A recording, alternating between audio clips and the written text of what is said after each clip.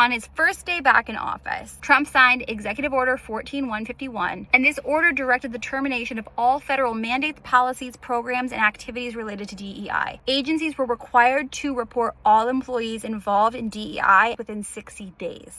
Then the next day, the Department of Homeland Security announced that they will not restrain themselves from arresting people who are undocumented at sensitive locations like schools. 2 days later, the U.S. Department of Education pulled tons of stuff down from the website. It was jarring. February 2nd, the Department of Education had placed over 100 employees on administrative leave in anticipation of terminations. On Valentine's Day, the Department of Education sent a letter accusing educational institutions of racist discrimination against white and Asian students. The letter ordered an end to all DEI-related activities in areas like hiring, promotions, and scholarships, and campus life. 3 days later, the Department of Education announced the elimination of $600 million in teaching training grants, and they're saying that they were used to promote divisive ideologies.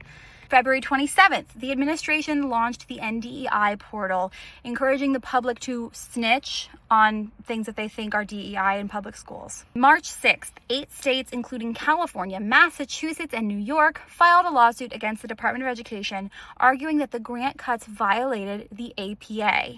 March 10th, a U.S. district judge issued a temporary restraining order to pause the termination of teacher training grants, allowing funding to continue while these legal battles are fought. March 20th, President Trump signed an executive order directing Education Secretary Linda McMahon to begin dismantling the Department of Education, and he put a bunch of stuff about DEI in there.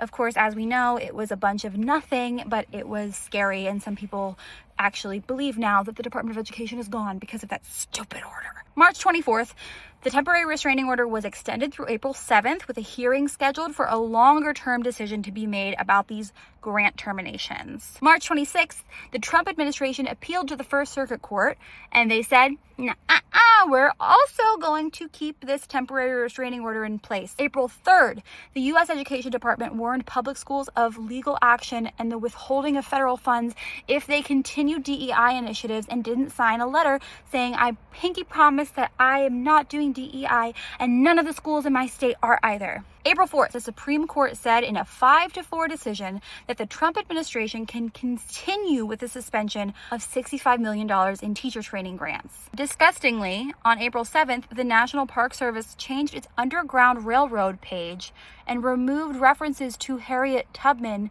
and details about slavery. Bonkers.